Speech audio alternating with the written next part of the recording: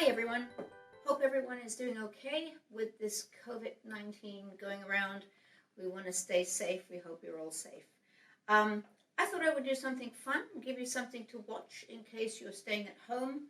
And just a little scenario here. I was at home looking through some of my things, and as I went into one of the cupboards, I found two boxes. To my surprise, they're jewelry boxes. And I thought, wow, this is great. I had forgotten them there. And let's take a look inside and see what's there. And I thought it would be time to really give them a good clean. So sharing with you how to actually clean some of your jewelry if you, like me, are finding it now after some time. So here I've got a beautiful lapis necklace. It is Afghanistan lapis, which is the best. It's with 18 karat gold clasp and some gold beads. And it's all strung on a wire. So this will be very easy and quick to clean. I'll show you how to do it. And then in this box, let's see what's inside. Oh, we have some treasure here. So here I have some rings. I've got some brass. The rings are in gold, brass. I've got silver pendants and lots of gemstones. So these make for very good cleaning, and we want to do it in a very safest way, something that you can do at home anytime without having to go out and get any supplies. I'm sure you have the supplies you need already at home. So lots of interesting stuff, and let's take a look and see how we're going to do it. Okay, so we've emptied the boxes. We've laid out the things that we want to clean. But before we start cleaning, we've got to have a really good look and make sure that we can clean them. If it's just metal, then that's no issue.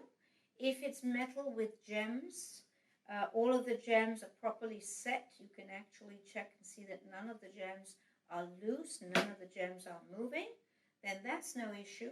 But if you have something that is strung on a material thread, like silk thread or polyester, then it would be best to remove it, because that's not a good option for getting it wet. So this one is on polyester thread, and I'm going to just quickly remove this, but I can still clean my centerpiece here. So I'll clean the centerpiece, and this one we have another way that we can clean it. This one here is on a wire thread, so we don't have any issue with that.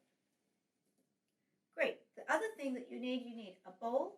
You need some plain water in the bowl, just a little bit, doesn't have to be a lot. You need some hand wash. It could be hand wash, it could be dishwashing liquid, but it doesn't have to be any particular kind. Try to get the ones that are good for your hands. Usually those are much better. They're good for your jewelry too. And most importantly, we need a soft toothbrush.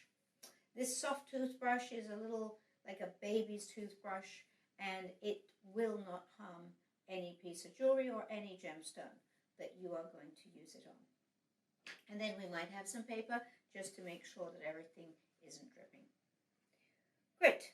So let us begin and start the cleaning process.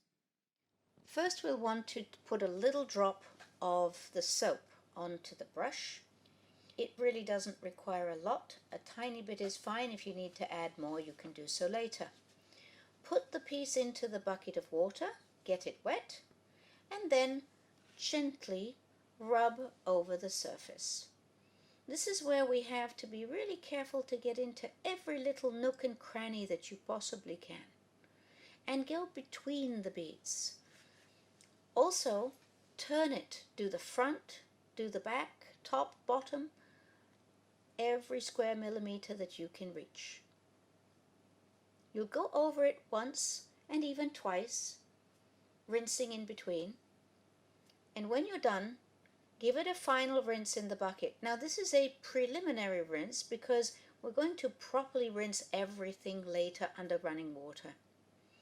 So take it out and put it on a nice paper towel or just a clean towel to sit there for a while. Let's try a metal piece.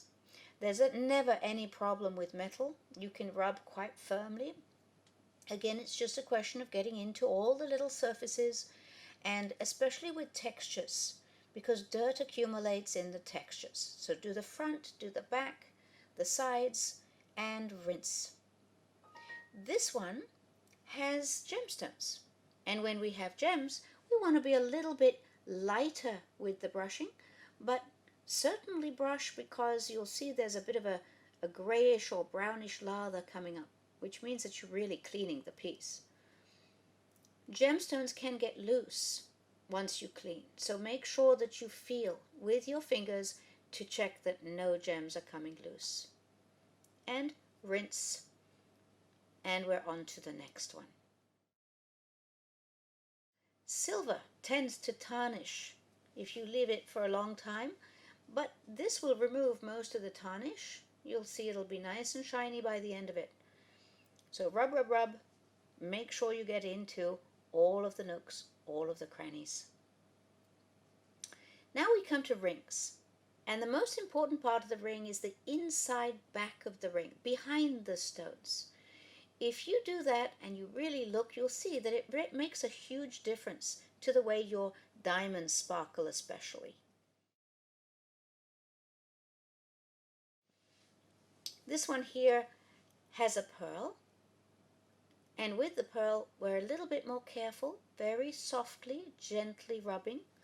Even the pearl can be washed like this without doing any damage if you're gentle. And again, we are going to focus on the inside back, making sure that we clean the back of every stone as well as we clean the front. Any dirt that remains behind shows through the stone. This one's an antique. Sometimes antiques have a lot of dirt trapped on the inside back of the ring. As soon as you've done it, you'll see these things begin to really sparkle and shine, and they look so much nicer than they were before.